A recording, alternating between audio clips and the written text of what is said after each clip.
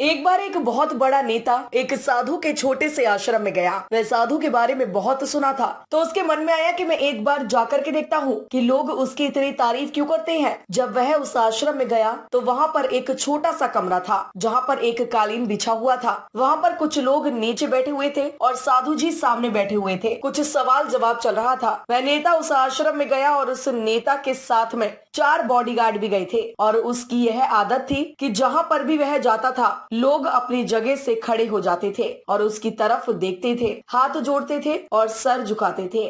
लेकिन यहाँ पर ऐसा कुछ भी नहीं हुआ। साधु व्यस्त होने के कारण उसकी तरफ देखा तक नहीं। तभी नेता को लगा कि यह मेरी बेइज्जती है और वह इस बात से गुस्सा हो गया। नेता ने थोड़ा गुस्से से साधु की बात को बीच में काटते हुए कहा, मैं आपसे कुछ कहना चाहता हूँ। साधु ने उसकी तरफ देखा और बोला, आप थोड़ी देर रुकिए, पहले मैं इनके सवाल का जवाब दे दूं, उसके बाद मैं आपसे बात करता हूँ। तब तक अगर आप चाहें तो बैठ सकते हैं। बस साधु का इतना कहने की ही देरी थी। नेता का चेहरा गुस्से से लाल हो गया और फिर उसने अपना सारा गुस्सा उस साधु पर निकाल दिया। अभी तक वह नेता बहुत तमीज से और आप कह करके बात कर रहा था, लेकिन अब वह तू तड़ाक पर उतर आया। नेता ने उस साधु को कहा, तुझे पता भी है मैं कौन हूँ और तू किससे बात कर रहा है। साधु ने उसकी तरफ देखा और कहा, मुझे इससे कोई फर्क नहीं पड़ता है कि आप कौन हैं, लेकिन आप जो कोई भी है, अगर आप चाहते हैं कि मैं आपके सवाल का जवाब दूं या आपसे बात करूं तो आपको कुछ देर रुकना होगा।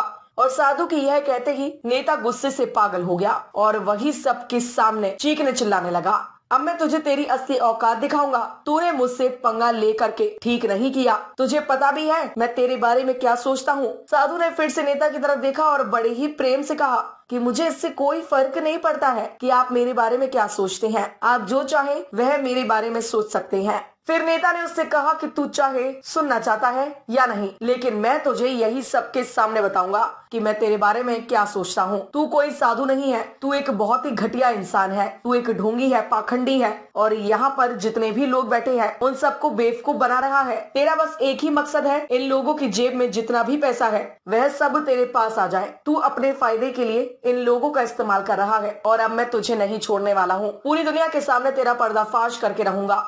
लेकिन उसके इतना बोलने के बाद भी हल्की सी मुस्कान उस साधु के चेहरे पर बनी रही। यह देखकर वह और भी तिल मिला गया और उसने कहा, अब बहुत हो गया, अब मैं यहाँ 1 मिनट भी नहीं रुकने वाला, लेकिन अभी भी तेरे पास मौका है। अगर मुझसे माफी मांगनी है तो मुझसे कुछ कहना है तो कह सकते हो। इतना सब होने के बाद भी साधु के चेहरे पर एक मुस्कान थी और वह बिल्कुल शांत था। और फिर उन्होंने अपनी आंखें बंद करी और फिर साधु ने अपनी आंखें खोली, हाथ जोड़े और कहा कि मुझे आपसे कोई गिला शिकवा नहीं है। आपके लिए मेरे मन में कोई भी गलत ख्याल नहीं है। जो भी मेरे बारे में आपने कहा वह आपकी अपनी सोच थी, तो मुझे आप में कोई भी बुराई नजर नहीं आती है। मुझे आप बहुत ही भले इंसान लग रहे हैं। और साधु के इतना कहते ही नेताजी का दिमाग 7वें आसमान पर पहुंच गया। उसके चेहरे पर एक अजीब सी खुशी थी, क्योंकि उस साधु ने वही कहा जो बाकी सब लोग उस नेता को कहते हैं। और वह खुशी खुशी उस आश्रम से अपने घर की तरफ चला गया और जाकर के अपने पिताजी के साथ में बैठ गया। उसके पिताजी ध्यान में थे। उन्होंने पूरी जिंदगी सिर्फ लोगों की सेवा करी